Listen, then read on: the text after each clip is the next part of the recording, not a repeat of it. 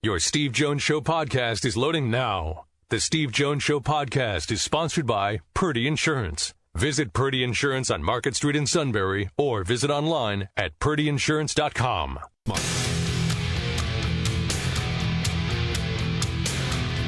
This is the Steve Jones Show on News Radio 1070 WKOK. Sponsored by Purdy Insurance. Now, from the Sunbury Motors Studio, here's Steve Jones. Today's show brought to you by Purdy Insurance, Market Street in Sunbury. Go to purdyinsurance.com. Auto, home, life, business, motorcycle, boat, RV, whatever it may be. They'll do everything they can to save you money while making sure you're fully insured. Customer service means everything to them. And giving back to the community, Wednesday's the Purdy Memorial Golf Tournament at the Susquehanna Valley Country Club to benefit the Greater Susquehanna Valley YMCA. All right. So, we're in the Sunbury Motors Studio, Sunbury Motors, 4th Street in Sunbury, Sunbury Motors Kia, routes 11 and 15, Elmsworth Wharf, online, sunburymotors.com. Time now for our play-by-play call of the day. Aaron Judge tries to bunt for a hit. No, I'm just kidding.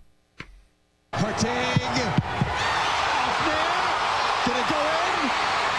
Waiting on a signal. No. You've got to be kidding. But they're waiting. They're going to check. VAR can't intervene. I couldn't tell from here. I thought it was going in, but it happened so quickly. Wow. Sweden wins. John Paul Della Camera with the call on Fox as Sweden knocks out the United States at the World Cup. I think that was in Melbourne yesterday, I think. Yep. In Melbourne early yesterday. I did see the shootout. And Alyssa Nair from Penn State made one save.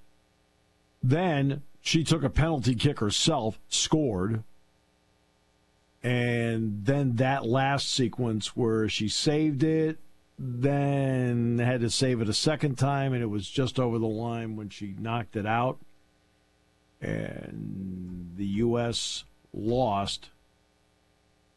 The goalkeeper for Sweden literally never touched the ball. I mean, the U.S. either scored or missed by a mile. And I'm talking like big misses, like holy mackerel. Well, I shouldn't say the last one, though. The one hit the post. But literally, the goalkeeper for Sweden did not touch the ball. Not one time in the shootout. Okay. U.S. done. Meanwhile, over at Fox, they're looking around going, okay, now what do we do? Kind of had all our eggs in the U.S. basket. But the U.S. is gone. The suit will not be playing on Wednesday. He has pulled himself out of the tournament. Correct, yes. So our SBC foursome on Wednesday will be myself. Okay. It will be Chad Evans from 94KX. Oh, good. Chad's good. Yeah, Chad's a good player. And we'll have Blake Haddon joining us. Oh, good athlete. Yes, very good athlete. I called all of his basketball games, so I should know that. Yeah. So I think that'll be a good addition. And Greg Wetzel is going to join our foursome as well. Great man. I think the world of Greg. Yes. So I think we got a pretty good shot to make some damage here because we have to keep it up. The last 2 years, our SBC foursome in one way or the other has been at least in the top three. So we got some expectations to live up to. There you go. We'll go for it. So what's the story with the suit? Well, this particular he's not pulling out for injury reasons. He just had other stuff that came up that he wasn't able to work around and make it this year. But like his swing. I mean, it could be that. I don't know. I know he's gotten out a few times this year, but I don't know where the game is. But this story that I'm about to tell, I'm pretty sure this was my first, if not my second time at the tournament. So, and I believe he was in your foursome, or if not, we were right behind you. and we're at the famous hole where the fence is where the suit hit and pinged. No, it's several, a bridge. Oh, the bridge. I'm sorry. It's a bridge over the creek. Yeah, that he nailed several years back. Yeah. So we're at either that hole or near that hole, and all of a sudden he felt a twinge in his back, and that was about. The next thing I know, I'm taking him to our friends at the Shamokin Dam Healthcare Center. Yeah, I forgot about that. Yeah, I was the one that drove him to said appointment, and yeah. So that is definitely a turn I'll never forget. Now since then he's been back to normal, but well, I remember that, and then he'd been having a couple of issues, and I remember going down to get his golf ball a few times because, and this is years ago, but he was having trouble breathing, and so I was like, and I was worried. I mean, I was like, he's like, I said, look, just stay up in the cart. I'll go get it. And I kind of did that the whole day because, now, fortunately, things have worked out. He's way better now, so that's good. But, yeah, it's happened to him a couple times. And it wasn't the heat that got to him. It was just something that he had been going through at the time, and he tried to play through it. And I was like, hey, don't worry. I'll go and I'll, anything we need to get, I'll get, And with his shots, he had, I had to go get all of them. The Chutter thing's the one that cracks me up, only because he keeps stats on it in the round. Yes, that I can confirm. It's not that he uses it. For example, Paul Keels, who's the play-by-play broadcaster for Ohio State, has one. All right, and used it. Paul and I played together out in Bloomington back in May, and I was laughing. I said, I got a buddy of mine. He calls it a chutter. He goes, a what? And Paul has that voice, a what? And I said, it's a chutter. He says, I just kind of call it a chipper putter. He says, yeah, well, he calls it a chutter. I said, now the difference is I see you use it. And he uses it the same way, Paul. No difference, especially if the ball's like just a little bit in the high grass, just to kind of pop it out of there while still semi-putting it. I said, the difference is he keeps stats on it. He looks at me and goes, what? And the whole group looks at me like, what? Brian Bush from Michigan was in our group. Eric Soar from Indiana was in the group. They're like, he keeps stats. I go, yeah. He's 2 for 4 in chutter saves. I'm like, what are we doing here? S-U-I-T, that spells Suta! Number one, we're all playing as a team. So let's start with this premise. I am rooting for you to put it in the hole. I am rooting for you to put it to within a foot of the hole. I remember we're playing the par 3 11th hole. Okay? So after you play that par 5 with the woods on each side, then you play the par 3. And I had hit one to within, I don't know, golly, I'm going to say 3-4 feet of the green off the tee. So we're going to use my drive. I'm like, okay. So finally everybody gets up, and, people are chipping, putting, whatever they decide to do. And he walks up and he says, it's chutter time. He makes the big announcement. We're like, the three of us are saying it like, okay, that's great. Look, I'm thinking to myself, just put the thing in the hole or just get close. We'll tap out. We'll tap in. We'll get out of here. Because, if you're not going to hit the green on your drive, and it's a small green to begin with, but it's also a tiered green. Well, I shouldn't say it's a tiered green. It's got a lot of undulation to it. There's a lot of undulation on the 11th green there.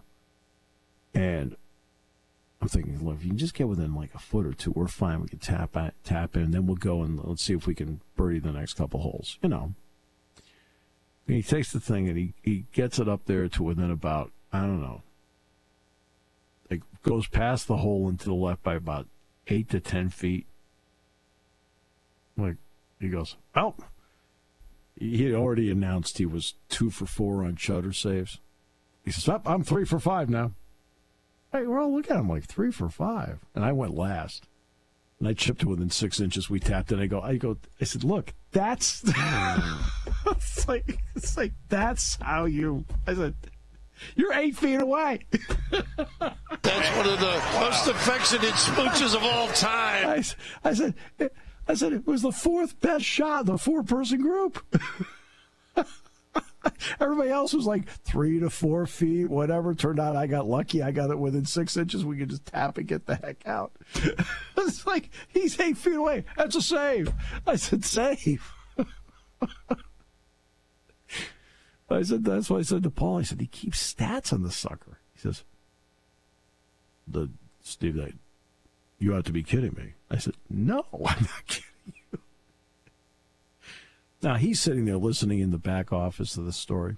He is complimented that the Ohio State play-by-play guy would talk about him. Oh, my almighty!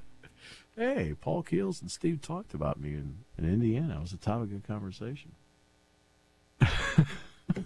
All right, so let's get to the realignment part. We haven't even touched on that today. The Yankees going to the American League West. It seems like it's easier. No. No, senor! No, senor! No, senor! Not your thought process? Okay. Just checking. So let's get to the realignment part. I've talked a lot about realignment on the show for really since Texas and Oklahoma happened. And I've gone through all the scenarios on it. And so if you're wondering, look, and how many times have I said on the show, if I'm wrong about something, I'll say I'm wrong. Okay? Right? Is that true, Matt? If I say, hey, look, I'm wrong about it, I'm wrong. And I'll right say, on. You know, I didn't get that right. And I'll say it. Right? Okay? When it comes to the realignment, I wouldn't take back anything I've said.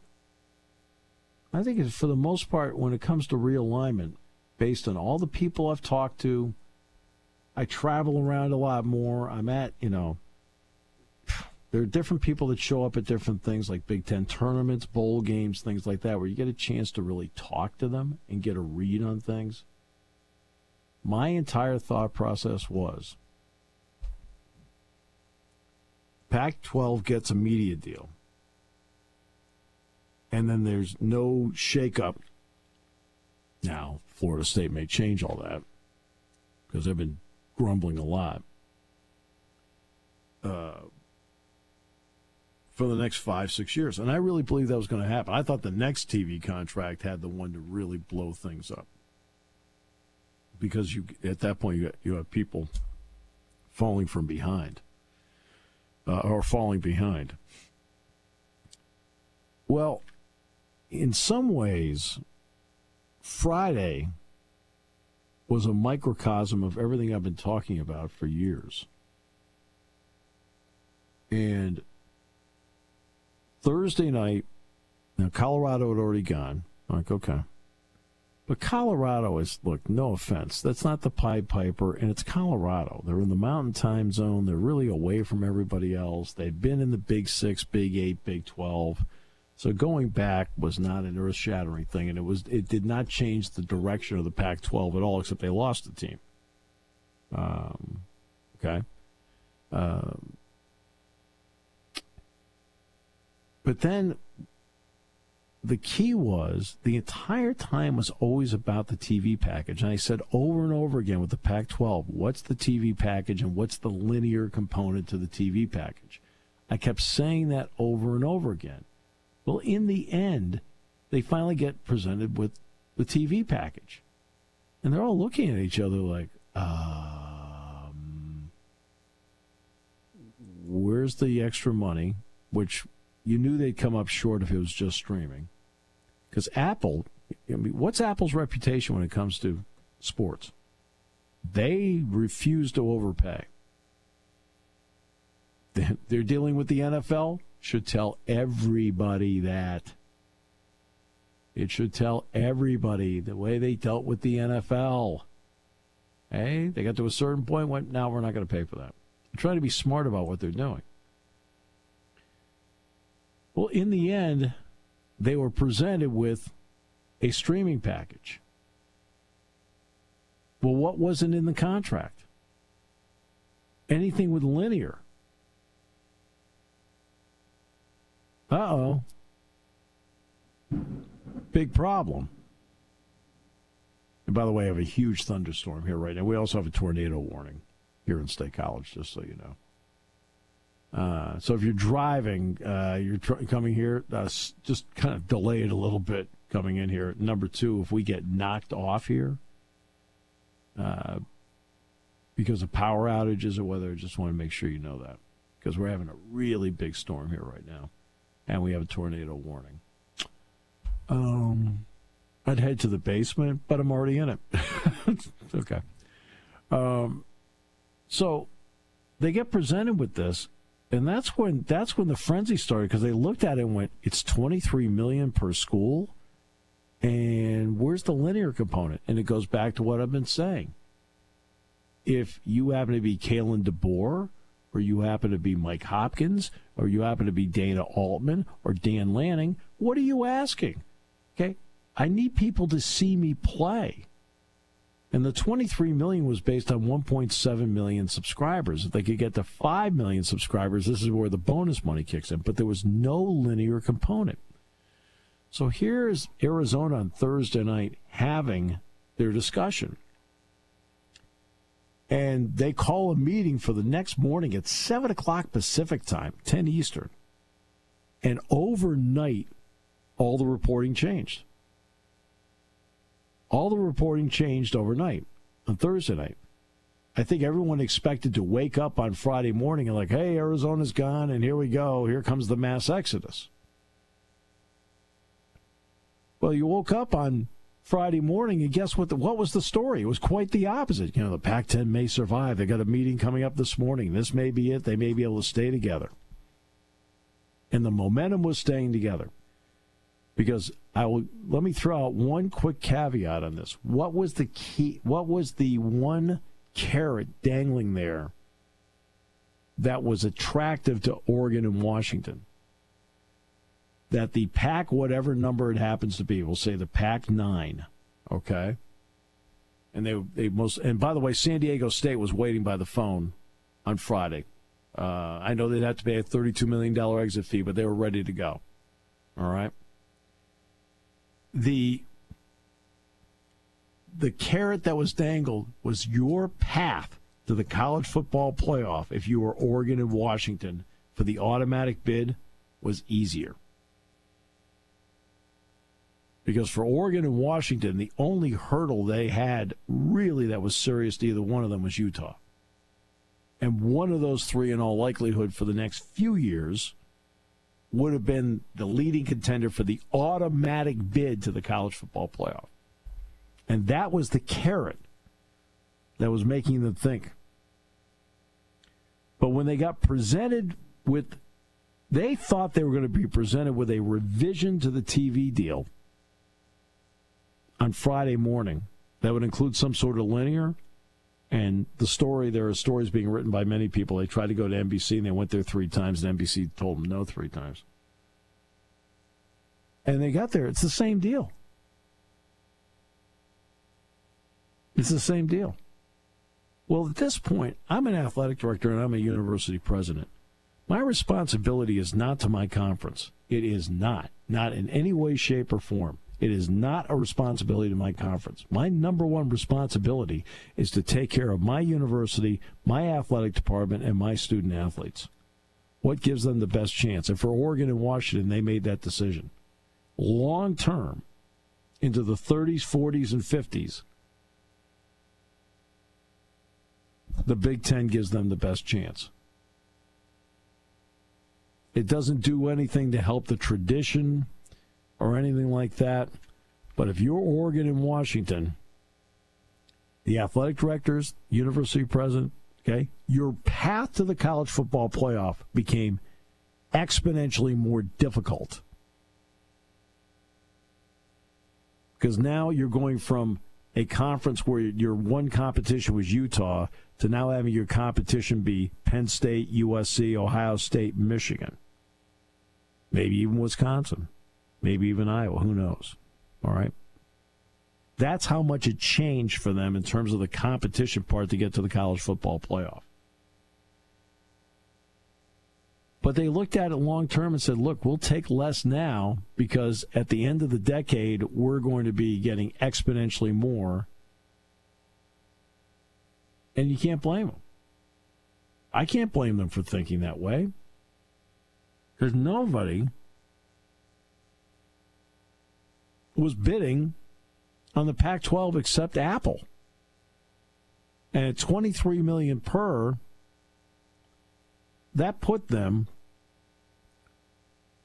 $8.7 million behind the Big 12.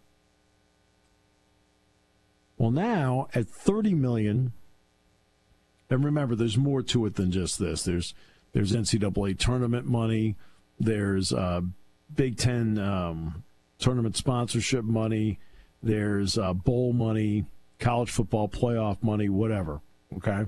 That's all added in. But the base number on media, according to Matt Fortuna, and Matt's an old friend, $30 million for 24, $31 million, 25, 32, 26, 27 goes to 33, 28 goes to 34, and then the last year of the deal, it goes to $35 million. All right? That's what Matt's reporting, what the numbers happen to be. They're going to make more money there than they would in the Big 12. They're going to make more money there than the ACC. Plus, with the number of teams in the Big 10, I mean, let's face it, they're bowl cut. Now, revenue sharing is going to be interesting. I think Washington, because they have a bigger stadium, probably is going to pay more in. Because Washington Stadium's over 70,000. Autzen Stadium's 54.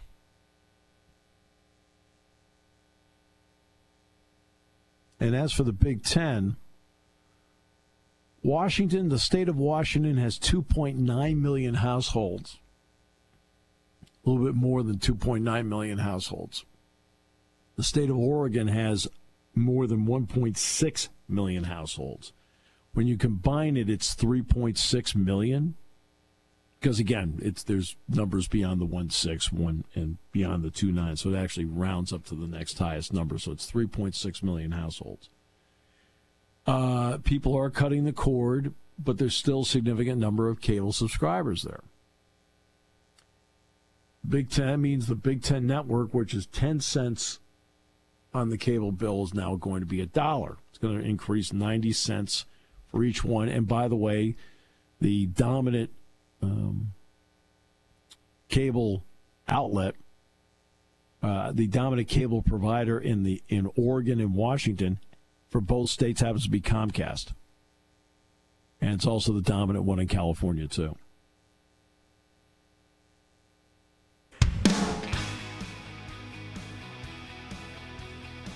See, you didn't think I'd do any research on this show, do you?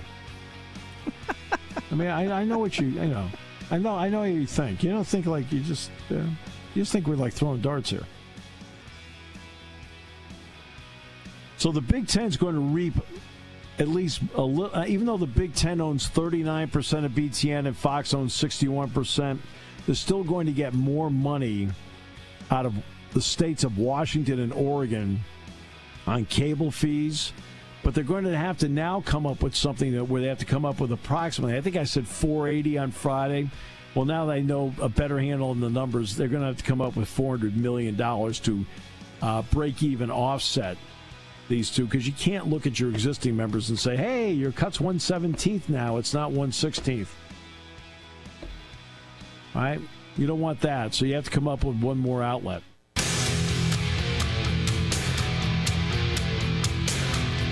This is the Steve Jones Show on News Radio 1070 WKOK. Sponsored by Purdy Insurance. Now, from the Sunbury Motors Studio, here's Steve Jones. Are we out of grapes for the day? I mean, as of right now, yeah, but there's still some time left in today's show, so you never know. Oh, boy. Just thought I'd ask. I'm also glad just to still have you on the air right now, considering you're getting hammered out there in State College. It's slowed down. It actually has brightened up. Okay. It's still sunny here at Top Blue Hill as we await these said severe storms.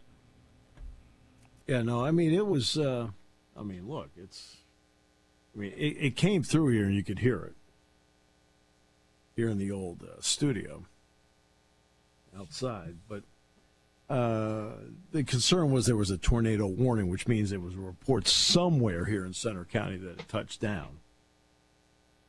Turned out it wasn't here. Today's show brought to you by Purdy Insurance. Market Street in Sunbury.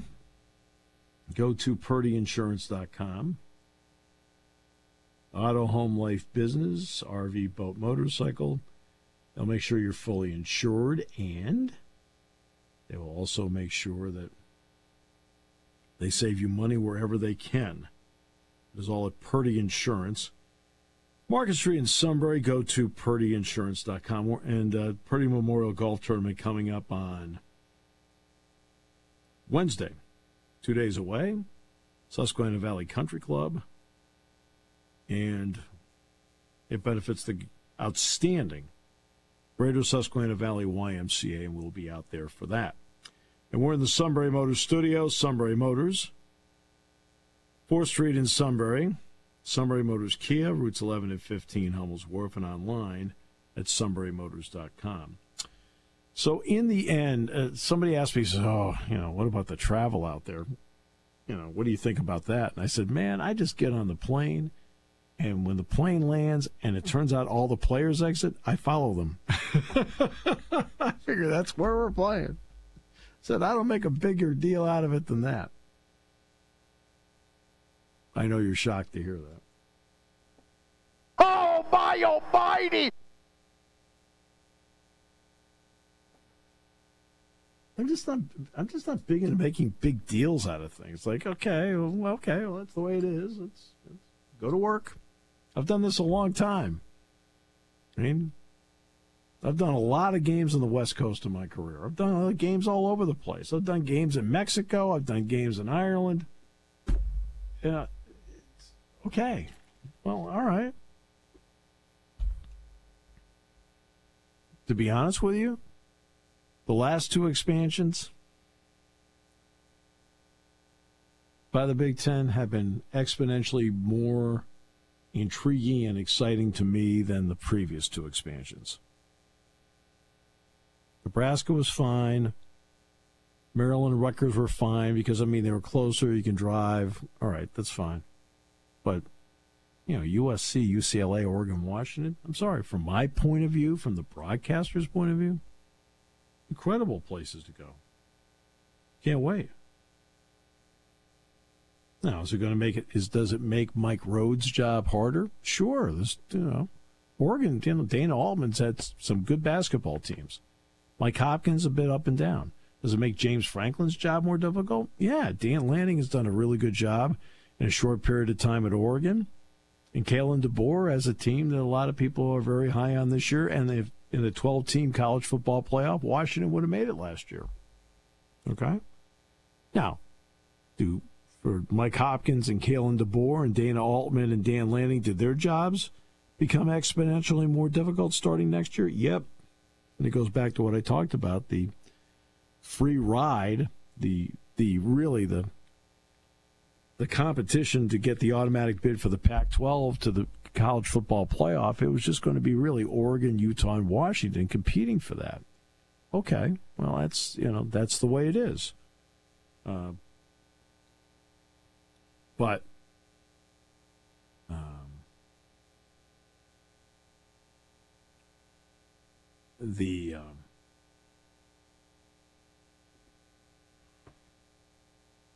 But they looked at the economics of it, and it's not going to work. You can't compete. And again, it was disinterest by the networks. I really have personally, in my opinion, pinned a lot on TV networks, especially ESPN, needing a time slot to carry games. I mean, when they do the NBA, they do double headers on Friday, and the late game is at 10 o'clock. And in college football, college basketball, how many 11 o'clock college basketball games are there on ESPN? There's a lot. 10:30 Friday night, 10:30 Saturday. I thought for sure they at least would. They may not have overbid for it, but I expected them to bid. I really did. And the fact that there was no ESPN bid sitting there for them to consider on Friday, that's the part that takes me aback, where they just looked at it and go, the heck with it. But if you're the Big Ten now, and I'll go back to what I talked about earlier. I think I said $500 million on Friday, rounding up from 480. Well, now they could maybe do this for $400 million, but they still, I think, need to do an offset package with somebody. And it's going to have to be for a total over the life of the contract of $400 to $450 million. Now, not per year, for the lifetime of the contract. You're not going to get the number one pick. In fact, you may not get one of the top three picks, but you may get pick number 4. And with Oregon, Washington to go with USC and UCLA, you do have more options out there. But what you're going to be wary of, and I say this with all due respect, great, I'm going to get Indiana, Washington. Great, I'm going to get Rutgers, Oregon. That's the concern. And I say that with due respect. There's certain TV realities. Rutgers, despite having Michigan, Ohio State, and Penn State in its schedule last year, you want to know how much they averaged? 650,000 viewers per game. That's it. 650. And that includes having 3 of the top 9 most watched TV partners. And then when you figure in the bowl games, okay, that's just regular season. You figure in the bowl games, 3 of the top 6. Because Penn State vaults up to 6th in average TV number. Right? And you've got those 3 on your schedule, and you're still at 650,000? Really? And that's what concerns the networks. That, in a TV package, you would have to be assured at some point that maybe I'll get, maybe not USC, Washington. Well, you could, but maybe not USC, Washington, maybe even not UCLA, Oregon. But could I get Iowa or Wisconsin or Nebraska to play in that 10:30 time slot? Then it becomes a selling point. And that's the job of Tony Petitti. How do I now make up for it so I'm not giving a 1/17th share to everybody? Because technically in the neighborhood, it could be half, 40, whatever the percentage happens to be. Washington, Oregon equal 1, so it's not 1/18th, it's 1/17th. But if I can break even or even do a little bit better than that, where everybody makes a little more money out of it, plus you do have whatever households have cable. Like, that's the one thing I couldn't find, Matt. I could find how many households there were in Oregon and Washington. Like 1.65, 2.95, so it comes out to my apologies, it comes out to what 4.5 million? Okay? Between the two. But I could not find what the number of households with cable happen to be. Are there any households out there with cable? Oh, well, yeah. I mean, like I said, Comcast is the primary cable provider in Oregon and Washington, as well as California, by the way. They are the primary number 1 by a wide margin cable provider in the Pacific Northwest. So the question would be, you're going to, instead of going from 10 cents as a non-footprint, they'll go to $1 per subscriber. Now, again, the Big Ten owns 39% of it, not half. Fox has 61% of it. But that is, so you'll get some money back from that. Now the question is, can you come up with a package that either fits Friday night at 10:30 or fits Saturday night, preferably Saturday night at 10:30, which is 7:30 local time? Can you do that? My understanding is basketball is going to stay at 20 games. So it'd be 3 home and aways and 14 one plays. And look, you can work the one plays. It'd be on a rotational basis. The year that USC and UCLA both come to your place will be the year that you go to Oregon and Washington. And then the next year when Oregon and Washington come to your place, that's the year you go to Los Angeles to play USC and UCLA. So you can make that work. 3 home and aways, 14 one plays, that'll get you to 20. You probably would need an extra day for the Big Ten tournament.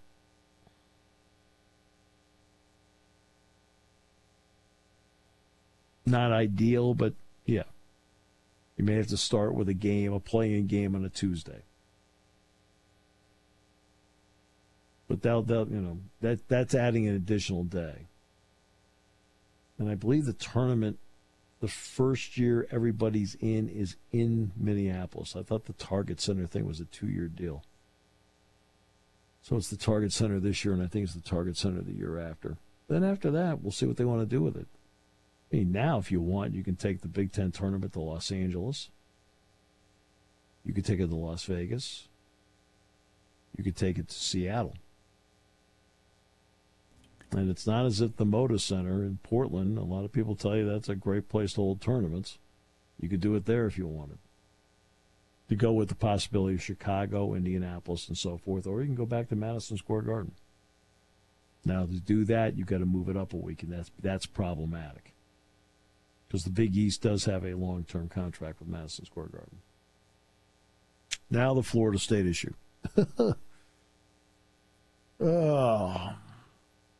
Here's the difference between all the teams that left the Pacific 12. Whether it's Arizona State, Utah, Colorado going to the Big 12, or USC, UCLA, USC, UCLA, Oregon, Washington going to the Big 10, it's clean. Contract naturally runs out August 1st. Grant of rights naturally runs out August 1st. There is no grant of rights problem. There is no exit fee. They just seamlessly go one to the other. The ACC is messy. And the ACC will fight. And for anybody that says, they should just go out and just renegotiate their contract with ESPN. ESPN's not renegotiating with anybody. They're saying, I need money for the NBA and the college football playoff. What do I want to give you more? But it's going to be messy. Florida State wants out. They want more.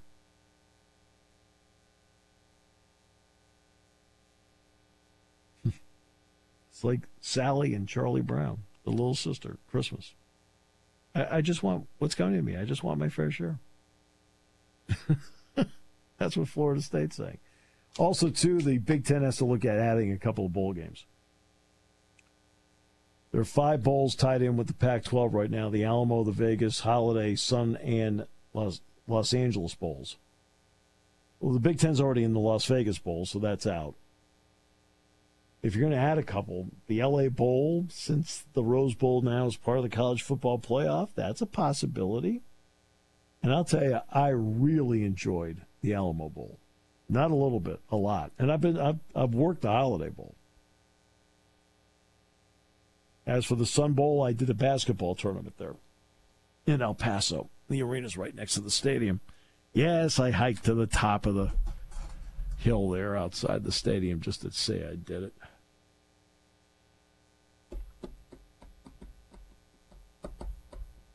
Now, as for the Pac-12, or 4, there's Oregon State, Washington State, Stanford, Cal. The ones I feel bad for are Washington State, and Oregon State, because Stanford and Cal have really de-emphasized a lot of things. So I'm not going to sit there and lament their situation. I mean, to a point, you can. For what it's worth, Cal's Board of Regents has put a special meeting together for tomorrow morning at 10 a.m. discussing their future in the Pac-4. There is a story now out there that they want to expand and find teams to join them. So who do you find? Here's the issue, Matt.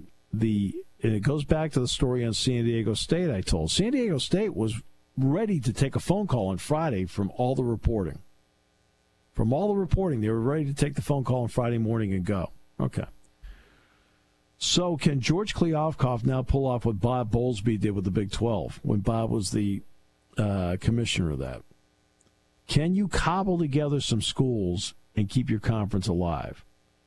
The exit fee now for the Mountain West is $32 million. So do you keep Cal, Stanford, Oregon State, Washington State, and then do you add in San Diego State, Fresno State, Colorado State, Boise, and keep your conference alive with the idea that you still have an automatic bid to the playoff? In Colorado State, Boise, Fresno State, San Diego State, that gets you to 8.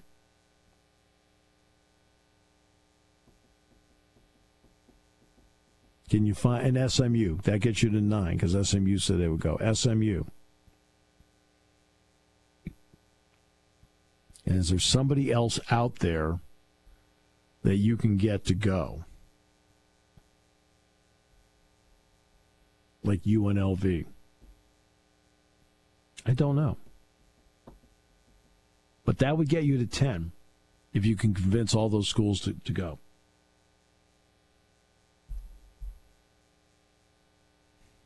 And those schools would accept the Apple TV deal. The question would be, would the Apple TV deal still be on the table?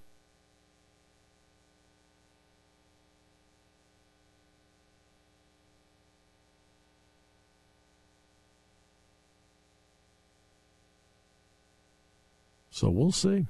There's also a report out there from On3 that the AAC is interested in talking with the Pac-4 about a merger.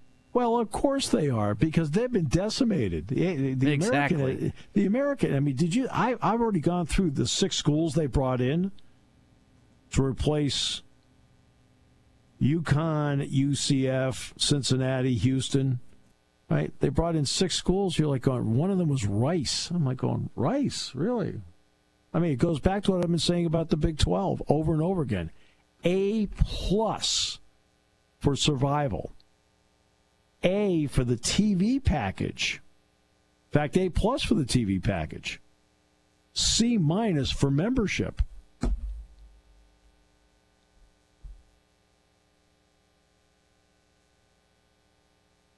Again, and, you know, obviously teams will play well. They'll build a record, so there may be an important game here and there. But, like, Iowa State's going to play Texas Tech. I mean, you're sitting there, like, going, hey, that's appointment TV. Penn State plays Oregon, appointment TV. We'll come back here on News Radio 1070 WKOK.